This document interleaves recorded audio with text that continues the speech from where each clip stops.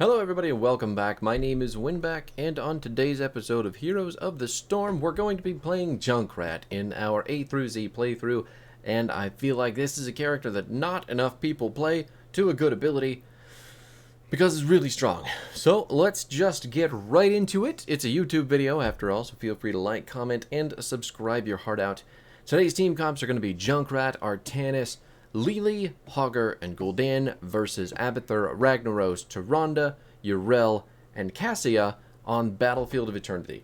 Now, the build for Junkrat is going to differ a little bit depending on what you're playing him for, but typically you're going to want to use the character to do things like disrupting enemy pushes, holding bushes, and can't think of anything that rhymes with those words. So I'm going to leave that there, but basically you're just going to be a ranged nuisance that bothers the enemy team and lays down some pretty thick CC when the enemy team is least expecting it. So we're going to go full consistent damage with this build.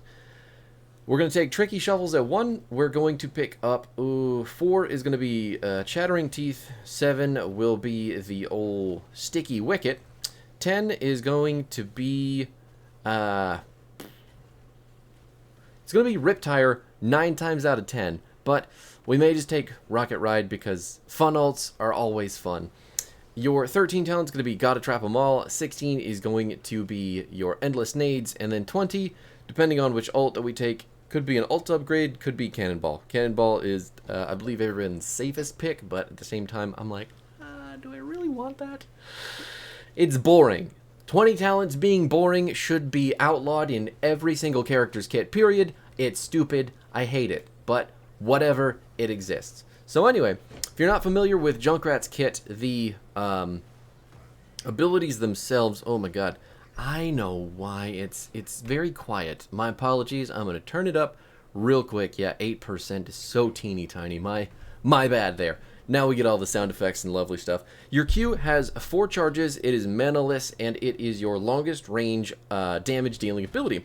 So we are going to deal 50% less damage to structures with this ability, but it is your primary poke tool, and then using all 4 charges at once is going to be really good at dealing some burst damage. Shuffle that in there with your auto attacks. If you're doing all that damage at the same time, it is a lot, I promise. Doesn't really feel like you're doing a lot of Junkrat damage when you're playing the character, but ultimately it's all AoE. It hurts at some point, and it is very, very good at dealing damage from the safest range possible. Oh my god, 2 characters just... Oh, nope, Gul'dan does not want... Yrel, yeah, no, Yrel got away. Yrel got away with her own heal, but Cassia stepped forward and ate the death for her anyway, so who cares? We're getting stunned by the Tyrande. The gate is coming down. All we have to do is keep on pushing it. There's an Abathur hiding out behind the fort for some reason. No idea why, but here we are. Typically, you want to keep your body really far away from all the action with Abathur, at least until it comes time to go body soak some stuff. But this is not that time, so he's in a predicament. Now, there's gonna be a whole bunch of fucking mines and bushes because it's quick match, and there's an Abathur on the other team, and it is just built to annoy me, so... yeah. Anyway, that was your W ability. The W is a concussion mine that you lay down with Junkrat. After it hits the ground, you are able to hit your D button and activate it to blast. I'm gonna get hit by the owl. Hello, Lily. Can we please come to the objective? Why the fuck are people still in the lane? It's okay. My teammates just... it's quick match. They're having fun. I'm not here to judge them.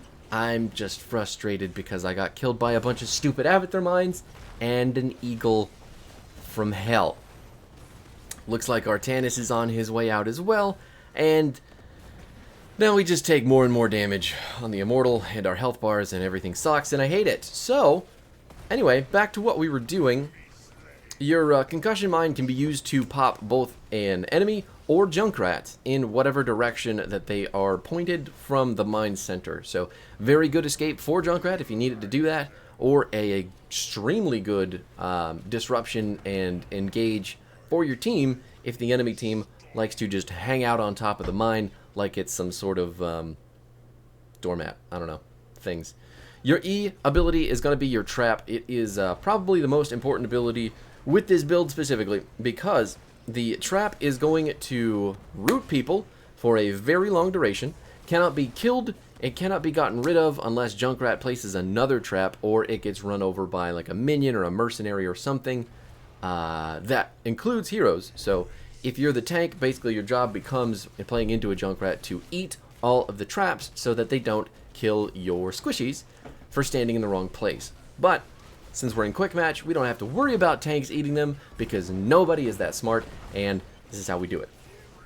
The trap build does really make things like the Urel diving into us very hard, makes Cassia very, very challenging to get kills when they're running at us with those traps up, and especially now that we've got the talent that makes them chase people around and silence them. There is literally nothing the enemy team is going to be able to do to us if we just stand on top of the traps, which is my favorite way to play Junkrat, but I can see how it'd be other people's least favorite way to play him as well. Who knows? Doing damage from relative safety, from basically unassailable positions, is pretty nuts.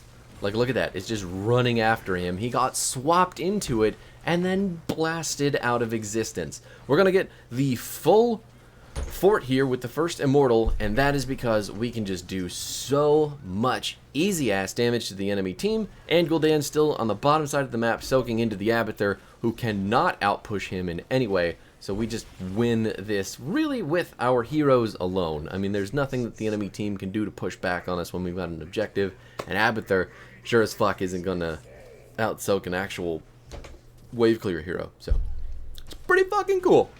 Now, your D button is called Total Mayhem. When you die, you're going to drop a whole bunch of mines on the ground, and they are going to explode and deal a bunch of damage. So, that being said, try not to die a lot. It's a death trait. It only has value. Oh my god, that was a hell of a swap. Can we blast her backwards? We can indeed. The trap has gotten the root on the Urel, who got her channel canceled. Okay, I don't want us to die here, friends. I thought we were going to kill the Cassia, and it turns out we've decided to hit other stuff. So there's the lava wave to try and push us back. Urel thinks she can just come around the backside with no health and an Ardent Defender. That's not going to happen. We're just going to rocket forward, hit her with the rocket ride, and blow her to smithereens. Just absolute destruction. The only reason that this ult sucks ass is because it puts you back in the base, number one, so you have to get back to what you're doing. He's just going to kill him without my help.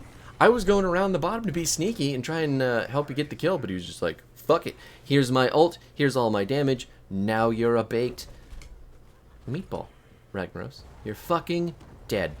Anyway, I got to witness it, so that's pretty cool for me. But Rocket Ride takes 500 years to land, and it effectively takes you out of the team fight.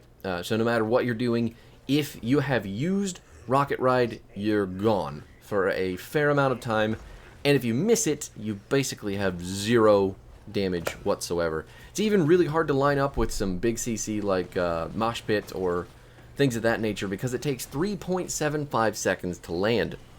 Oh my god, that thumbnail is just bothering me so much. Thumbnail? Hangnail? Whatever, you know what I mean. But Rocket Ride is really good for getting out of certain danger. It is surprising how many times I've gotten away from a Zeratul or a Diablo or any number of characters trying to jump onto my nuts and kill me just to Rocket Ride back in their face, go to complete safety, and then fire back into the battle on my hyper mount. Now, that is the other component of Rocket Ride.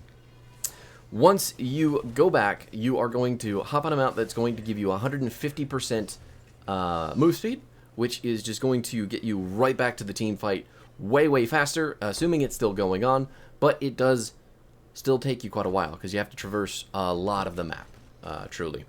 Now, the ability itself, again, I don't think it's going to have any specific impact anywhere that you Sorry, something on the screen. It's distracting me. Okay, we're fine. Everything's fine. We're going to toss our concussion mine on top of the point here, just in case the enemy team does clear it. Doesn't look like they're going to.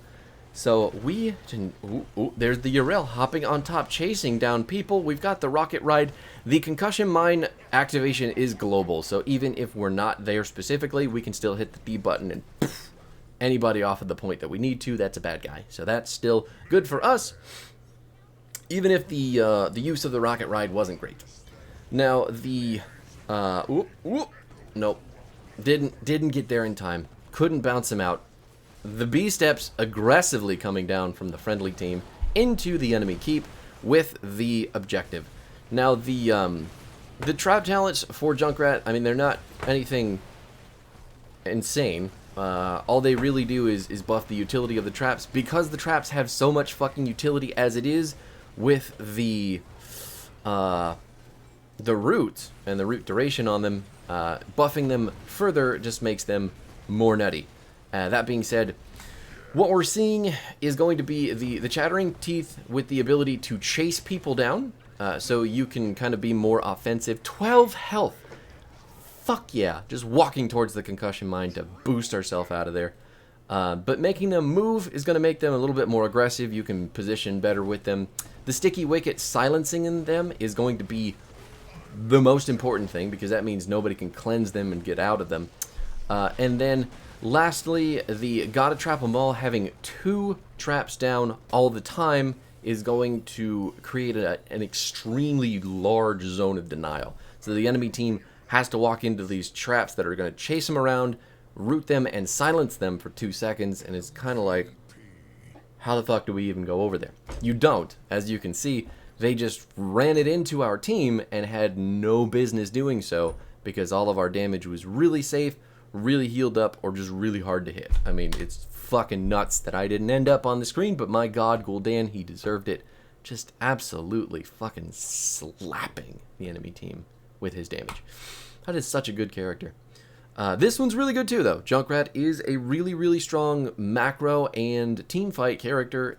It just takes a little bit of practice and understanding, especially if you're going to play builds other than this one, because Junkrat's other builds are more mobility focused, and I definitely would say that the character requires a lot of aim, because doing your damage with your Q is really important, and you don't want to be missing those in team fights, because that's not good. Now, your 16 was the endless nades. That's just going to recharge your Q faster, so you can do more damage with your Qs. And then 20 was going to be, in this game, since we took Rocket Ride, we would have taken the Rocket Ride upgrade, which gives us access to both of the ultimates. But again, we didn't even get that far, because we just won so fucking hard. And that Abathur team was not even remotely close to competing. They may have gotten somewhere if Ragnaros had taken Sulfura Smash, but again,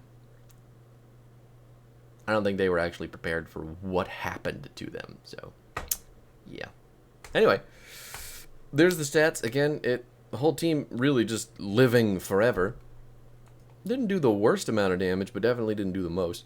Junkrat isn't the most consistent in the damage department, so again, if you're not aiming correctly with the character, you're not going to get as much done. So practice that if you're having trouble with the character, and then I'd say move on to macro, and then I'd say move on to, I don't know, hard stuff, like using your concussion mine offensively. That's really, I mean, to move yourself into an offensive position. That's what I'm mentioning. You take Ripper Air to do that. That's another video entirely. I'll talk to you about that someday, I'm sure. We'll be back tomorrow with Kael'thas. Ew. But the good news after that is that we get some fun characters like Kel'Thuzad and Kerrigan. So stay tuned, and I'll see you then.